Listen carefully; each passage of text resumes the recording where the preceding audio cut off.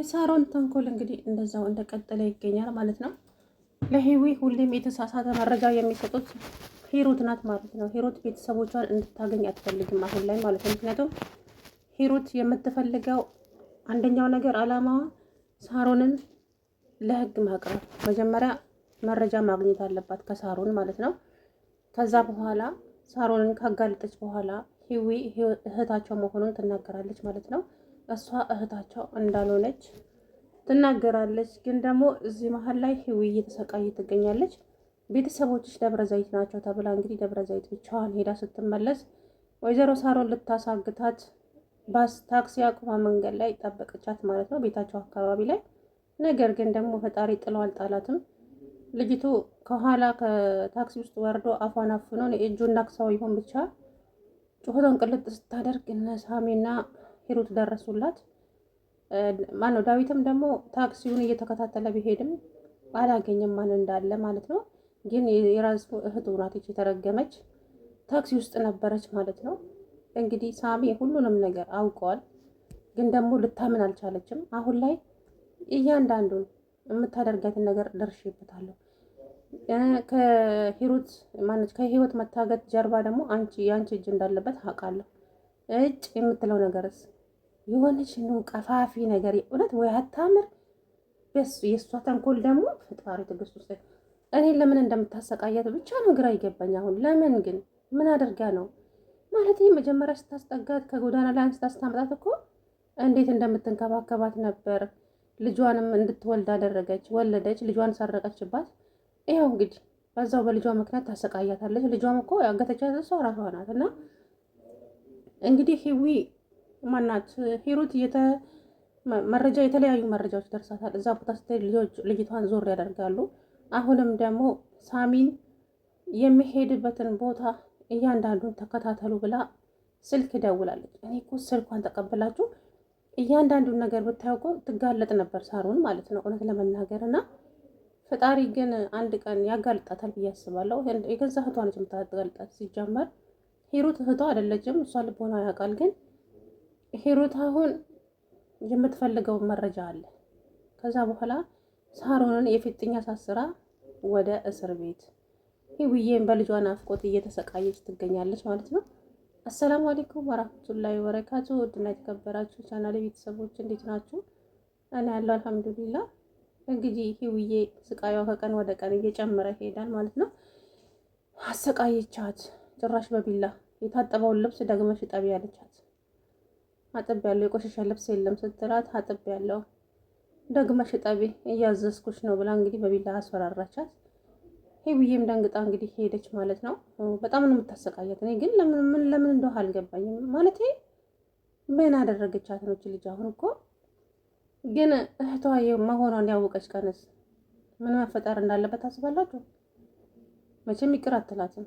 ሂሩት ራሱ ማነት ሂዊ ራሱ ማለት ነው ሳሮንን ሂዊዬ ማነት ሂሩት እንግዲህ ሀሳቧን ካሳካች በኋላ ሁሉንም አጋልጣ ከዛ በኋላ እህታቸው እንዳልሆነች ትናገራለች ብዬ አስባለሁ።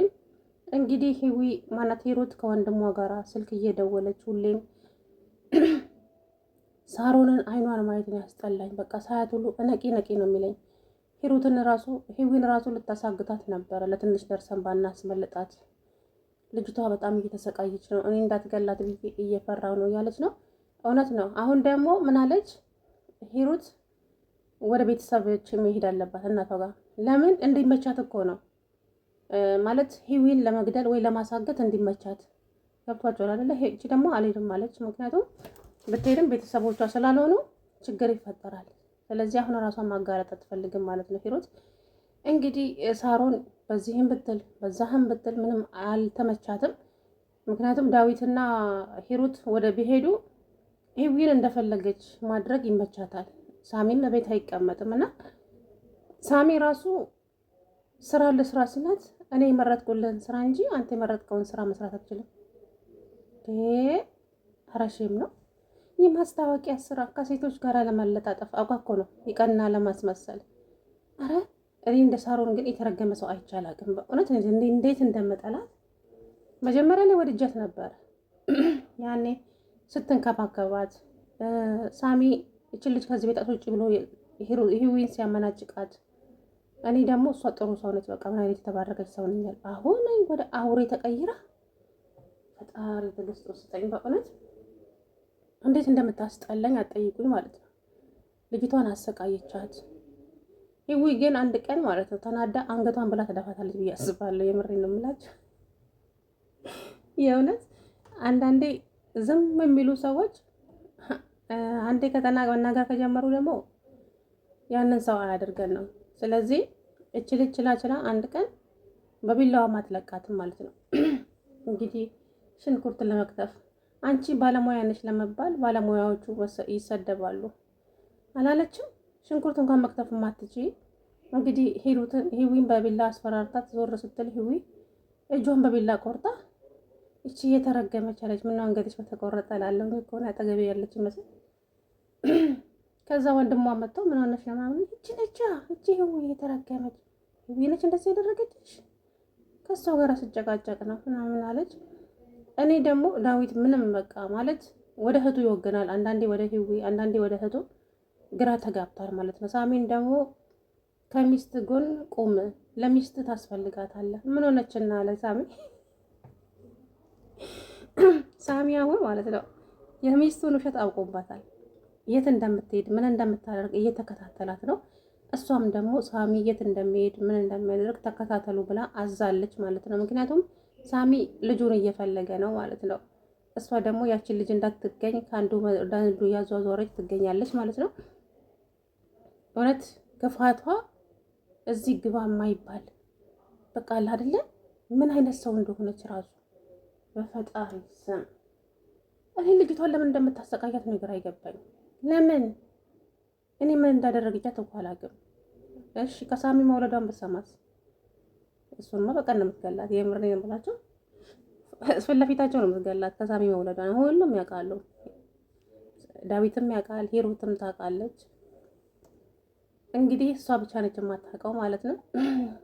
ግን እኔ ሂዊ ልጇ በተገኘችላት አሁን ከዛም ሂሩት ስልክ ደውላ ስልኳን ውሃ ልታመጣ ሶፋ ላይ አስቀምጣ ስትሄድ ሂዊዬ የልጇን ፎቶ አየችና ልጅ ያለችበትን ታውቂያለሽ? ይሄ እኮ አዲስ መረጃ ነው፣ አዲስ ፎቶ ነው እዚህ ጋር ያለው ስትላት፣ በቃ አንቺ ችግር ውስጥ እንዳትገቢ አርፈሽ ተቀመጪ ብዬሻለሁ፣ አርፈሽ ተቀመጪ።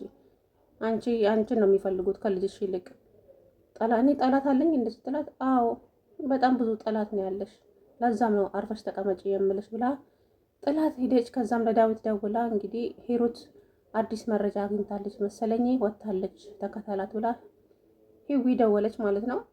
እቺ የተረገመችም ስራ ብላ እየሄደች እኔ እኮ ስራዋ የሰውን ልጅ ማስቃየት፣ የሰውን ልጅ መሸጥ፣ ማገት በቃ እሷ ሳሚንም ሆነ ሂሩትን ከማሳገት ወደ ኋላ አትልም። ማለትም ሂሩት ደግሞ ጠቃሚውን መረጃ እስካላገኘው ድረስ አርፌ አልቀመጥም ብላለች፣ ወስናለች። እንግዲህ ከዳዊት ጋር እየተጣሉም ይገኛሉ።